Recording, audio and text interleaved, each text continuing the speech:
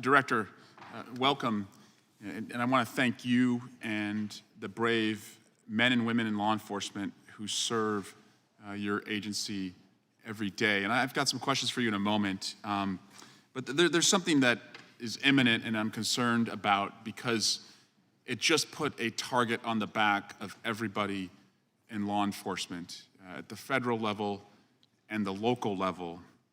And that is a statement that one of our colleagues made earlier this week. And we have jurisdiction over the FBI as well as the ATF. But Marjorie Taylor Greene of Georgia said, the Biden DOJ and FBI were planning to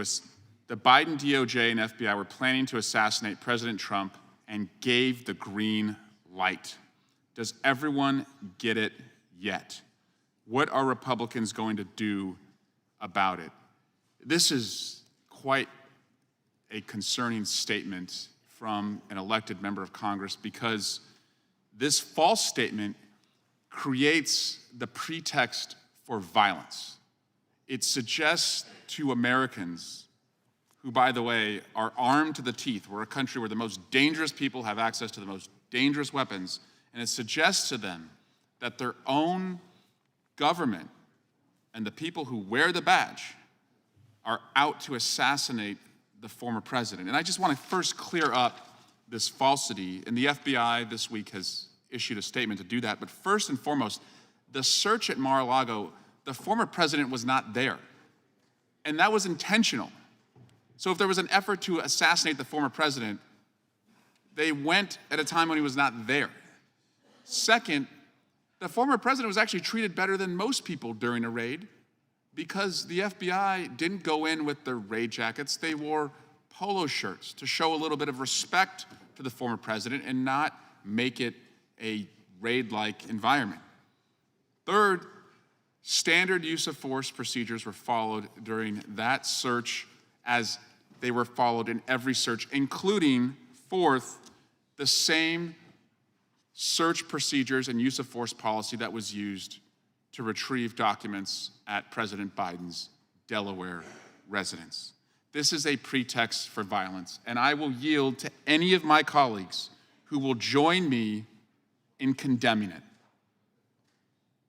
I will yield to any colleague who will condemn the suggestion by Marjorie Taylor Greene that the FBI was out to assassinate former President Trump. Please condemn it, because if you don't, you are encouraging it, and you're co-signing it. Mr. McClintock, please. Of course we do. What a ridiculous question. What a ridiculous statement that she made. I agree with you, and I don't think there's anyone here who agrees with it. Thank you. Both sides have a lunatic fringe in their movement, ours and yours.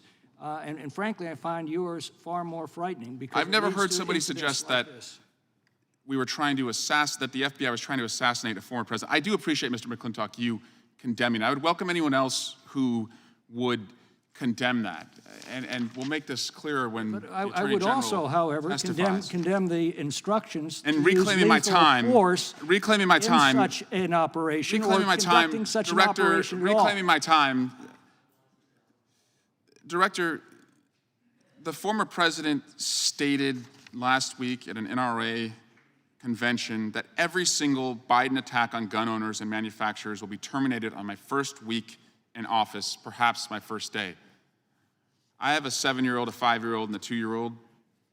What does this mean for parents in America as it relates to whether our kids are going to be sheltering in place and hiding under their desks for the rest of their time at school, if this were to happen? Congressman, I can't and won't get involved in electoral politics. What I said in my opening statement, though, I think hopefully people from all sides of questions can agree on, which is we see progress being made. We see violent crime going down. We have a strategy that appears to be working. My hope is that we can all come together, and maybe there's policy disagreements on different things. We can all come together, though, on the fact that we are driving down violent crime all over this country and double down on the strategies that are working. That's my hope. The things that are working, let's stick with, because the numbers show that real lives are being saved. Thank you, and I yield back.